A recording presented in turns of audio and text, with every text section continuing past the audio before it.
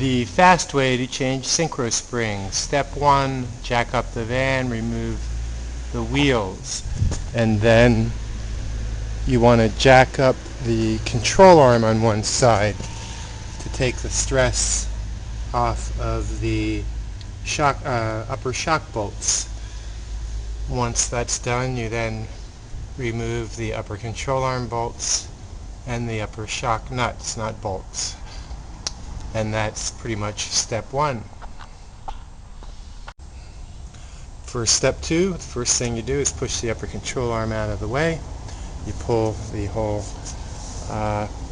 hub rotor caliper assembly out of the way so that you can fit the spring compressor on the coil spring. You may need to lower the jack a little bit to get enough space between the coils to do that. And then compress the spring adequately, sufficiently, so that the top of it will slide out from under the spring perch here easily once you take the pressure off the jack off the lower control arm. And you also want to loosen the lower shock bolt so that you can pivot the shock freely once you are set to remove the spring.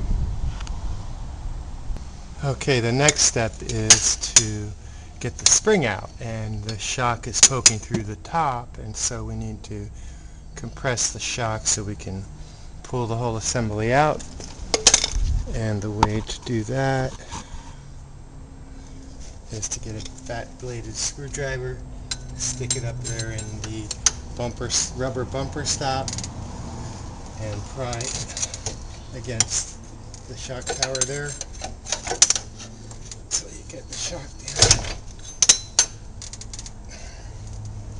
And then just pop it out.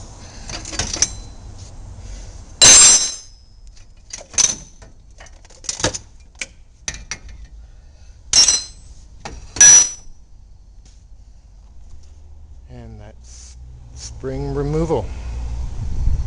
Now, the next step that you need to be careful about, if you're going to take the spring off the compressor, you want to mark on the compressor where the bottom coil ends, so that when you you can see my mark there lines up with it. That way when I go to recompress the coil to put on that spring or a new spring, it'll line up fine with the seat on the shock, because there's not a lot of movement laterally in terms of where the spring compressor can go. And that concludes this step. Okay, we're ready for our next step. What we did not film and what you may be doing is replacing springs. I'm just swapping shocks here, so I didn't need to replace the springs.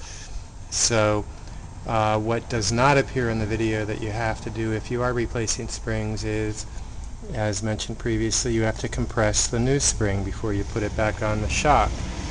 And that's why you want to mark the compressor so it lines up with the end of the spring where it fits into the shock, so you have the compressor positioned in a way, the same way it was when you took it off, so it'll all fit back in when you compress everything. And of course you want the spring bumper and this bushing on there, and if you're going to put a shim in, put that in as well. And then it's always good to spray it down with some kind of soapy liquid to help lubricate everything. And then the next step is to compress the shock.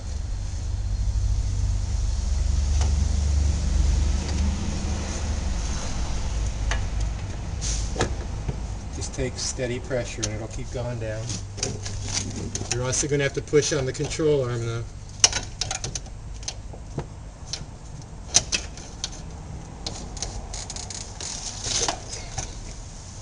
And there you go. Pops right in. And if it's a new shock or a good shock, it should just rise on its own. You need to line up the shaft. take a little banging around, and there she goes up through the hole.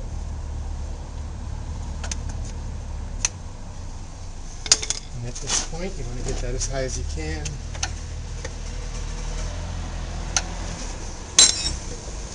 So you can refit your top shock mount.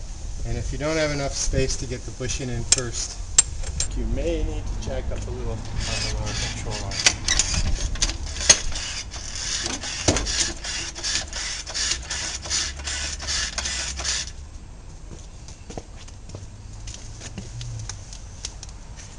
And now we have plenty of room to put everything back. I'm putting fresh upper shock rubbers on.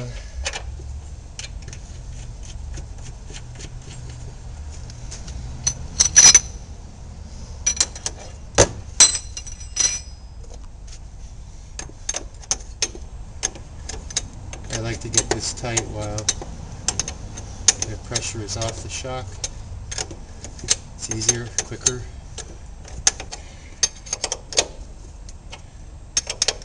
There we go. Okay. Give her one last spray.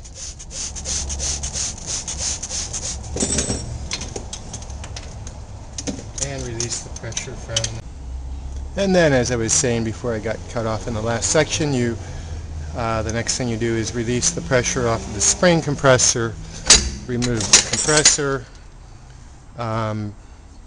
reattach the upper ball joint to the upper control arm.